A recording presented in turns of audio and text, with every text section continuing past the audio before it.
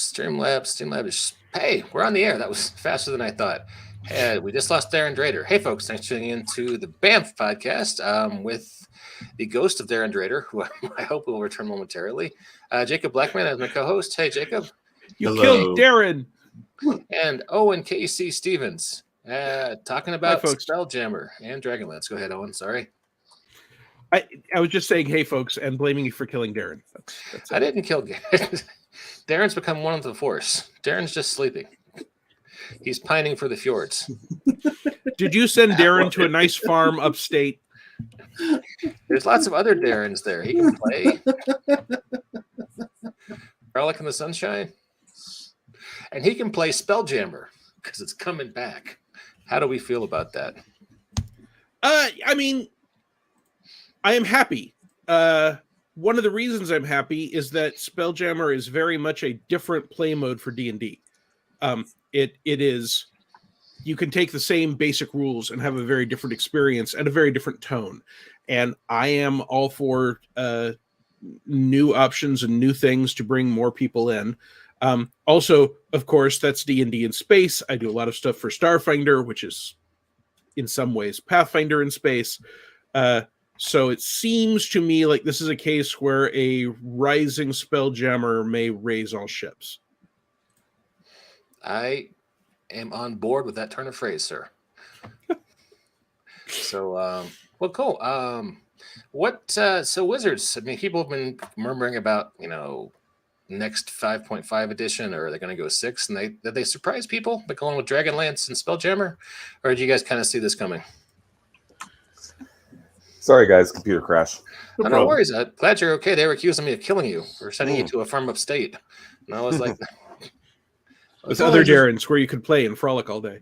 Well, I just think it's amusing because a lot of people were complaining about they teased us with their April Fool's joke was Spelljammer again. It's like I knew Spelljammer was going to be coming someday because it was such a popular setting, and they've teased us aplenty with some of their art. Those arcane articles that I can't remember the proper name of because my brain is floof right now. Unearthed Arcana. Unearthed Arcana, thank you. And we saw some previews of some very Spelljammer-looking things there, and so I was pretty sure we'd be seeing it sooner rather than later. I'm happy we're seeing it sooner. Mm-hmm. And Sanokin, one of our frequent commenters, good to see you again, sir, says, I grew up reading Dragonlance, and I really hope they don't ruin it. Never got into Spelljammer, though. And I think, like everyone else on this call, I also grew up reading Dragonlance. Oh, yeah, absolutely. I did not grow up reading Dragonlance. I didn't run into Dragonlance as a noteworthy thing until I was an adult. It was out there, but it was not the vein of gaming that I was into. Yeah, it was like my little brother and his D&D friends were hardcore into it. I still remember one of his friends went as Raceland for Halloween in school and would sit in the back in the class and just kind of clutch his staff and cough violently. And if you knew, you knew. And if you didn't, you're like, what's wrong with that kid? And Sean Vera says, good evening. Hope everyone's excited as me for Spelljammer. And I think we're all pretty excited for Spelljammer. I am. But I got to tell you something, though. I'm having some issues with what they're doing here. First of all, they've mentioned this Astral Sea a few times, and I don't know if they mean for this to be a replacement for Phlogiston, but I'm not really in favor of changing the mechanics of the prime material plane. I also feel that $70 for a slipcase containing 3 64-page books is not really the best value. I'm still going to buy it, but... Okay, so let me ask you, Darrin, do you feel Wizards of the Coast is a charity or a public utility? I don't think that's the question. The question is, how much money do I want to spend for a product?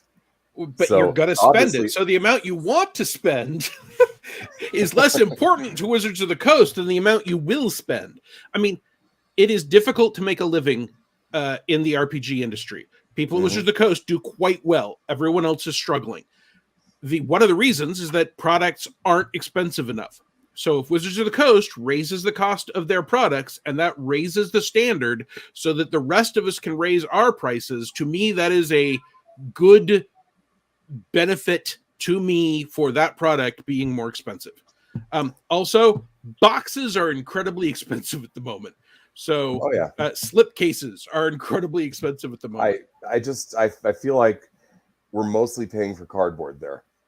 You know, But- they could have done one big book, which would have been fewer pages actually than, like, say, what's it called,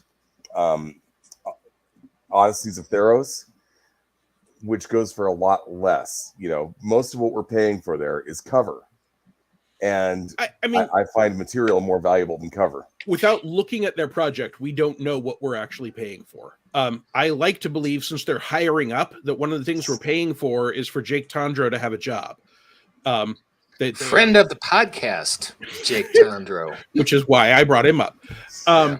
I feel that since RPGs are so horribly underpriced, when you compare them to anything else that takes that amount of time and effort and work to put into them, I am absolutely not prepared to say that, hey, when the 600-pound gorilla, who perfectly well can make a product for less because they print 100,000 copies instead of 2,000 copies, decides it's time for the price to go up, I actually believe that that benefits the entire industry, myself very much included. If I don't want to spend that money for that product, I just won't get it. I mean, if I start making more money in RPGs, I might be able to stop my OnlyFans channel. And, I'm looking forward to that. Hey, let's see what Sean Vera has to say. Hey, I'm Son Spelljammer. I'm seriously thinking about getting the B&G Platinum Edition. What is that?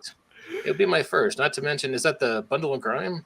Not to mention in the Wit Kids Spelljammer collection, even though I don't use many, it's like $1,000 Canadian. So perhaps they're underpricing it at $70, as there are people willing to shell out $1,000. Oh, the Whiz Kids minis have been getting ridiculously high in price, especially if you consider that them next to other companies and how much plastic is going into them. Whiz Kids is charging extra because they have the nice license, and and that license costs money. That license, yes, the license costs money. But I do agree with Owen in the fact that yes, the industry is hurting.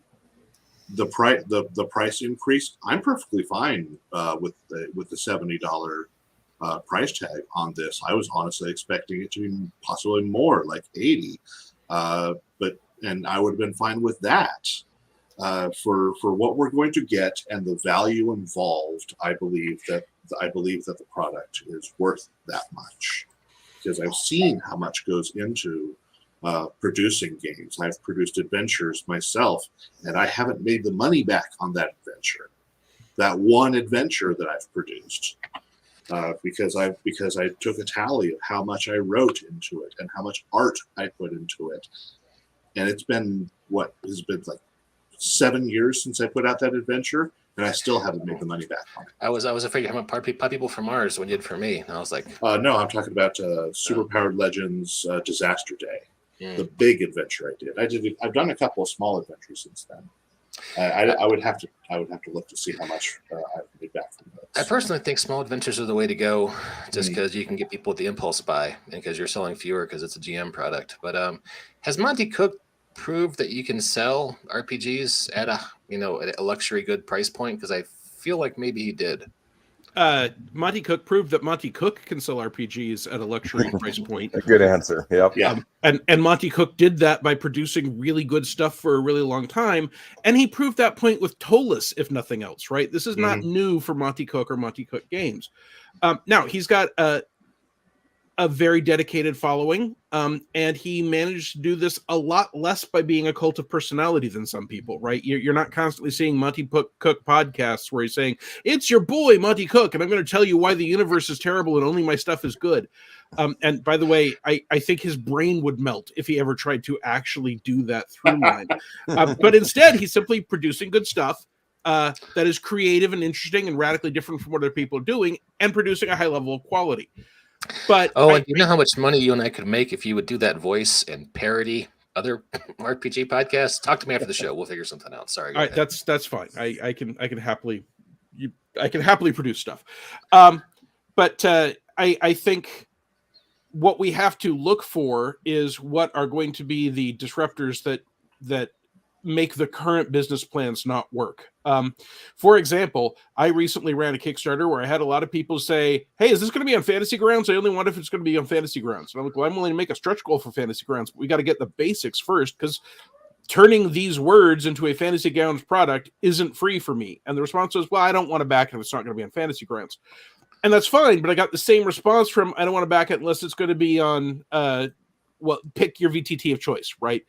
And each and every one of those is their own process. I can't create, it's not like making a PDF where any PDF reader can pick it up. So I am more worried about the price point not being $70 on the consumer's end, but the barrier to entry going up to needing a part-time programmer, coder, or whatever you want to call the person that reformats virtual tabletop formatter, so a VTTF. My margins don't cover that at the moment. I don't even understand why people put that much of an emphasis on that, because it's not hard. If you've got the PDF, it is not hard to capture the screen, fit it to your virtual tabletop, and put it there yourself. They put that much emphasis on it because they have a choice. As long as someone is putting the stuff on there that will save them that 2 minutes of frustration, they will pay them the money instead of paying me the money and doing it themselves. I've got a setting I sell for, we've talked about the after for Savage Worlds. Yeah. We made a lot of money. We had a fan who was like, hey, we'll put you on Fantasy Grounds. We're like, yeah, sure. What the fuck? Go for it. And then we made in some quarters more money from the Fantasy Grounds product than I do from the Dead Tree or PDF product. Now, I'm going POD. I'm not doing an offset print run like some of the other publishers might, but I was shocked and amazed at the number of people who are lining up, and just because it's a little more convenient, a little easier, want to get it for Fantasy Grounds or whatever other VTT. So it's and Fantasy Grounds becomes their store of choice, right? They're not going to drive through anymore. They're not going to the Paizo.com store. They're not buying stuff maybe through Amazon. They're going to the Fantasy Grounds site because they're thinking, well, let's see if what I want is here. Oh, it is. Well, then I don't have to go anywhere else. And they're not going to put in that every button click that you require for a consumer to find your product, like 90% of them drop off rather than click a button, and that's 2 seconds of effort. Yeah, it's like tribal tattoos in the 90s. I didn't understand the trend, but damn, a lot of people were into it. So.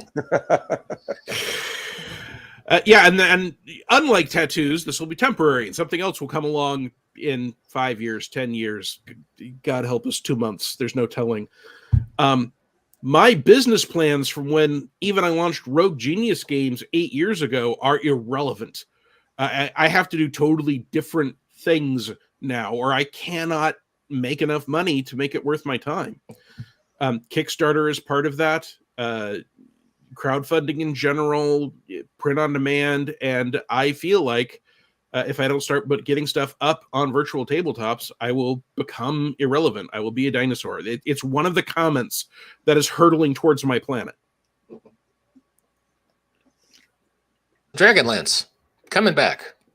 How do you guys feel about that? I'm in favor of it. Okay. It depends on where they're going to put. It depends for me on where they're going to set their story. Are they going to restart things like they've pretty much been doing with a lot of the other settings? Because if we're just going back to War of the Lands, then I've heard that story. I know the nostalgia button is there, but I'm not sure I'm as interested in that one. Yeah, so I'm happy it's there, and one of the reasons I'm happy it's there is that it's an iconic part of the D&D/TTRPG landscape, and there are people playing who weren't alive when a last edition of that game came out. Yep. And I would like for them to have the opportunity to connect with that story. That doesn't mean that I'm going to get it. I'm getting Spelljammer. I will find a way. I will run a GoFundMe. Poor game designer, help me buy this book. Dragonlance, we'll see. But I know people for whom Dragonlance is right after air, water, food, and shelter, and maybe above shelter on their personal pyramid of needs. So I think it's got a really devoted fan base. I think it is one of the things that could break out. And, there was a Dragonlance movie that is generally considered bad. The D&D movies that have previously existed are all generally considered bad. And we're getting a new D&D movie with big stars and big names and hopefully a big improvement in total quality. Dragonlance is one of the things I could see, Netflix saying, hey, we're going to do a Dragonlance animated series instead of trying to do it all in one 2-hour movie, or HBO Plus or Amazon Prime or any streaming service as they battle for content. So I think in that regard, it's a valuable IP, and seeing it gather dust kind of pains me. Now, I know Joe Manganiello is a huge advocate for making a Dragonlance movie or series because he really believes that Dragonlance is the Star Wars of D&D. And if it could actually get out there and be shown properly and be done well, it could turn fantasy movies around. I agree with that. And I think that's the space Hasbro wants to be in eventually. Well, I mean, it's the space Hasbro is in now. They just want to be there more. Yeah. I'm just saying, having with Transformers, that's licensed to somebody else, right? That that their big bite there is merchandising. Same thing with G.I. Joe. Well, they get a cut. Oh yeah. So I mean, Hasbro doesn't want to become a movie company. Hasbro has already gone from being a toy company to being a tabletop game company quite by accident that happens to make toys, because Wizards of the Coast makes more money than any other part of Hasbro. I think that if you went to them and said, "Hey, we will give you exactly as much money for Dragonlance as you have made on the movies for Transformers," they would sign that deal in a hot second. I would hope that Michael Bay would not be the director, and that's actually not a slam on Michael Bay. I like, I enjoy explosion opera. I'm fine with that. There are things for which explosion opera is an appropriate take, and there are things for which it is not. Now, if we want to bring him in for 1 5-minute segment for a movie when dragons are attacking each other, that I can get behind. But for the rest of it, there is actually a story and some character development and some nuance in Dragonlance.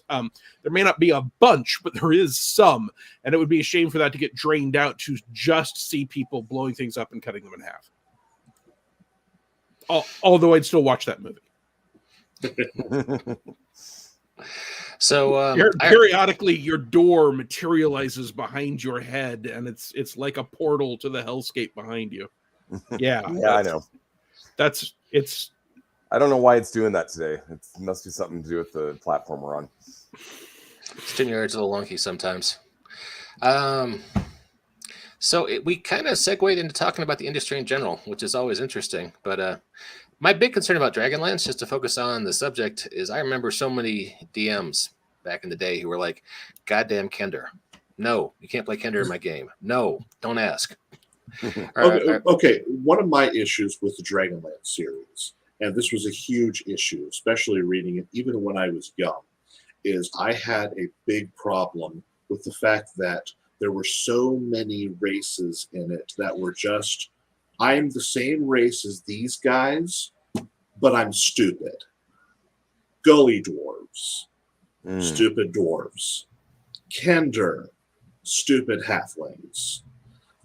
That we're an entire species that's all about kleptomania. We need some improvement here. It is just about this far from racist humor, right? Yeah, and we're making up some races it's okay for us to make fun of, but it felt weird even then. I think, I don't know. Yeah, Darrin, Owen, what do you guys think? Are you guys in favor of racism? Of course not. I am opposed to racism. I am in fact at this point in favor of anti-racism. I think just not being racist isn't good enough anymore.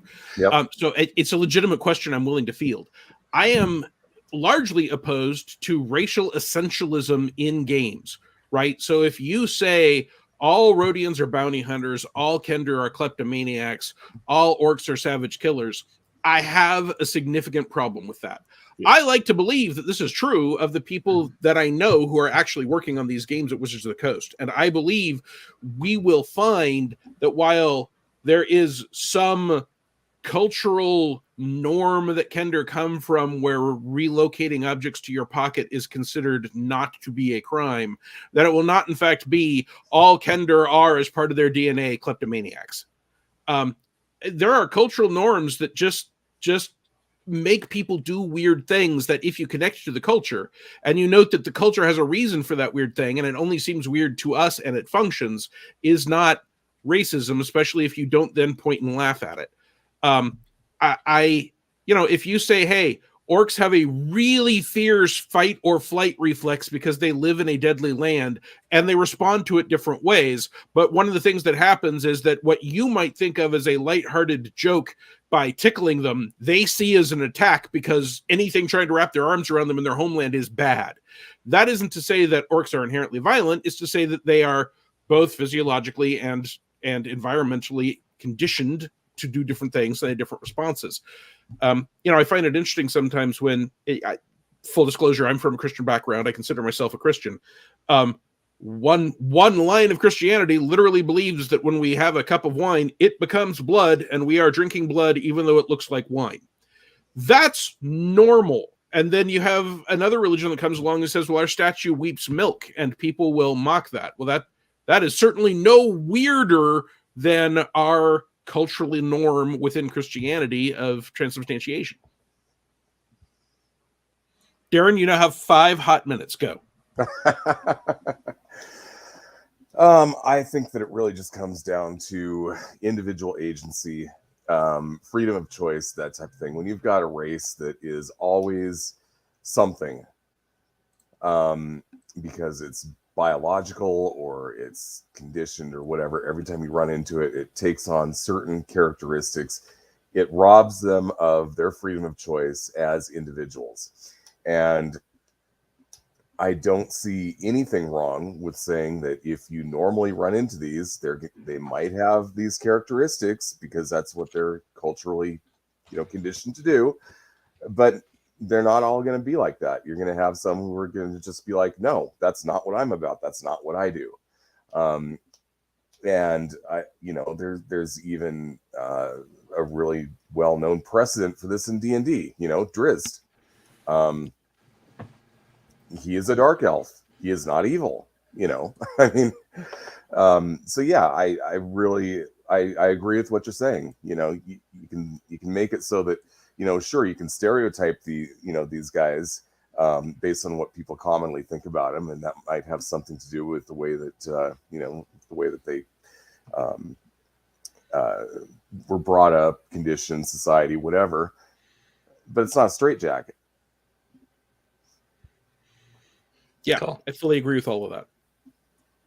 And I think one of the things that made the Dragonlance series as popular as it did, especially when it came out, is considering a lot of the fantasy at the time was very low fantasy. If you look at the popular fiction, you had you saw things like monsters and wizards in it, but they weren't whoosh boom wizards. They weren't I'm throwing fireballs and lightning bolts wizards. They were, oh, drink this potion and it'll enhance your strength. Oh, I shine a light and it drives the darkness away. Raceland was a whoosh boom wizard. Yeah, I was just gonna say Raceland. So it really helped represent what D&D playing was like. You had big magic spells. You were fighting monsters and dragons and all these sorts of different things. And that's one of the things I think is what made the novels great and popular at the time, and especially the long-term epic story that it was as well. And to riff off of that, one of the ways that they made it feel interesting and not just like D&D was that, especially early on, there were limitations, right? There is no clerical magic. Depending on where you learned your magic, there are certain schools of magic you may not have access to. there are minotaurs, and it's not a minotaur in a cave. It is a army of minotaurs marching up over the hill, so that you get to use minotaurs in a whole new way. And then you add to that riding dragons. I mean, I did grow up reading Dragon Raider books, so I think riding dragons and fighting from Dragonback is sort of iconically one of the things that you want to do in fantasy, and a lot of fantasy RPGs shy away from it for the very reasonable cause that dragons are powerful, and as soon as we put you on one, you may well end up being the Jedi of your setting, and no one can compete with you. But having that as a inclusive part of the goal, I think is interesting and appealing. I believe that we will have Kender and Gully Dwarves and Minotaurs, but that they will be handled differently. The main thing that interests me about a new Dragonlance is, what do they do to take Dragonlance and make it match Wizards of the Coast's current philosophy and aesthetic about gaming? Mm-hmm. They really have to go back to the classic story, don't they? I mean, that's, when you think of Dragonlance, you really think they don't have to. Lance. You don't think so? Well, they don't have to. Okay. Dragonlance, from what I see, could be that mass combat setting, if you want it, because that its stories really help with that. Yeah, I'm not. They're in a no-win situation in a lot of ways as far as pleasing fans. There are a group of fans that if you don't go back to the beginning, they will rage flip the table and say, "This isn't Dragonlance. I wanted Dragonlance, and you've given me Fifth Age Saga Edition. This isn't. I wanted something new. I didn't want something different." Yeah, and those fans can go to the DM's Guild and buy the old ones. Right, they're still available. You can get them in print.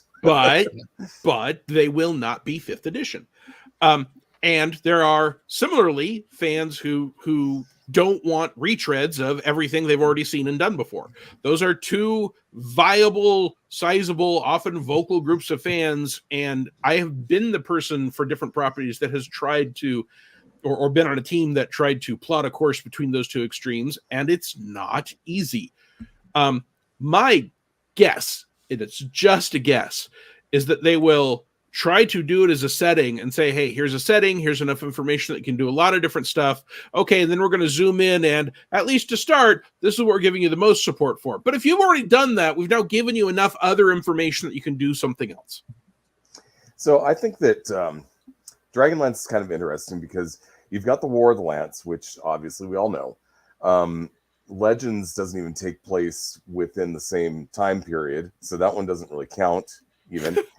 You got Fifth Age, which is a lot longer, and then in this period between the end of the War of the Lance and Fifth Age, you've got the new trilogy that Wise and Hickman are putting out. It's supposed to take place right after the War of the Lance, but probably before even the beginning of Legends, right? So I suspect that what they're going to do is they are going to give you options, but that's a very convenient spot, to place something new, because Fifth Age is wildly unpopular. And the War of the Lance being fairly popular, there's always this question of, what did happen next? Well, not a lot happened next, but maybe there will be more now that they're doing these novels. I don't know. That's my guess. The other option I think they could go with is they could say, okay, War of the Lance happened, Fifth Age happened, that's over, the gods are back, and now there's this new age after the Fifth Age, which still has all this setting stuff that leads up to it, but this is a brand new era that we haven't seen before. I could see him going that route too. And, it's the same issue that Amazon had with Lord of the Rings, right? There's the Lord of the Rings trilogy is out there in multiple editions that are well loved and hold up really well. And The Hobbit is there. So if you're going to do some new Lord of the Rings stuff, do you retread everything that we've seen? Because the first Lord of the Rings movie came out more than 20 years ago. It would not be unreasonable to say, hey, it would not be unreasonable to say that there are people paying for movies who were not alive when these last came out in theaters. The same thing is true of Dragon Age, that there are people who are, and WotC has more information about this than I do, right? If they're looking at it and they're like, hey, the primary demographic of people that are buying stuff from us are all born after 2005. 17 and 18-year-olds are the majority of our audience. I don't know if that's true, but if it was, then they can look back and say, well, these are people that haven't been exposed to the War of the World, War of the Worlds, to the War of the Lands. Now, if you do tripods versus dragons, I'm in, but I'm not trying to convince you to add Martians. We got Spelljammer coming up. I will totally do tripods. Yeah, tripods versus dragons and Spelljammer is perfect, and your tripod might be piloted by a giant military hippo. I think there are a lot of different takes they can go for, and I think that what makes the most sense, honestly, which will be invisible to us, is for the team to go with the take that they are the most passionate about, because however much I might like to see something totally new for Dragonlance, if no one there is excited to make something totally new for Dragonlance, they are totally excited to take the classic stuff and update it to a modern take, a modern aesthetic, and a modern rule system. That's going to be a better product. And I might shake my fist at them and say, this isn't exactly what I wanted when I said I wanted something. But as a creator, I know that when you are invested in and interested in something, you will make the best version of that thing. At which point, obviously, all of our wheel spinning on what we think they ought to do suddenly becomes irrelevant. But okay, but I'm just saying, if you own a licensed property, don't you want to do the most well-known story to appeal to the fans of that? And you don't have Dragonlance fans under the age of 35 or 40. Just my 2 cents. I think you do have Dragonlance fans under the age of 35 or 40. I think so. I agree. And now, I don't know if that's a majority, but I think you've got them. The novels can still be found in store. Engaged with the role-playing game. And one of the interesting things Jacob, tripods versus dragons, Spelljammer. Look at as soon as the Spelljammer book comes out, I'll start working on that. I could easily see, and I'm not saying that they should do it, but I could easily see people at Wizards of the Coast saying, hey, there are fans of the novels, and they are probably not wanting to replay the events of the novels. Right? That's not the fun part of a role-playing game, is to say, well, we know what everything's going to happen, so we'll just do it ourselves. The fun part of a role-playing game is striking out into the unknown. So I could see an argument to be made that fan base exists and it would be best served with new content. That's not my guess of what's going to happen, but if it did happen, I would not think that they had made a horrendously stupid decision. Cool. Hey, this has been a fun conversation. I feel like maybe we have plumbed this mine, plumbed this vein in this mine. I'm working hard to get a mining metaphor here, guys. I want you to respect the effort, if not the result. So, any closing thoughts? I am excited for upcoming D&D products. I look forward to supporting them and making my own products based on them. I am super excited to see where this goes, and I am interested to see if this is Wizards of the Coast testing some form factors and some settings prior to their D&D update. So I honestly don't buy a lot of Wizards 5th edition books. I buy more third-party stuff. Mainly because I'm more interested in monster books or adventures that are different than what Watson's been doing. So I will say that both of these products, regardless of price, I will be picking up. And I am excited for them. So maybe it's just nostalgia talking. Maybe it's a little bit curiosity. But I think they're doing a good thing by bringing them both back. I would agree. I am looking forward to it. And hey, look at this. One of our commenters is weighing in saying it's time for that intro-outro music. And I did forget it for the intro, so hang on just a second. We'll close the podcast with the classic intro-outro music once again.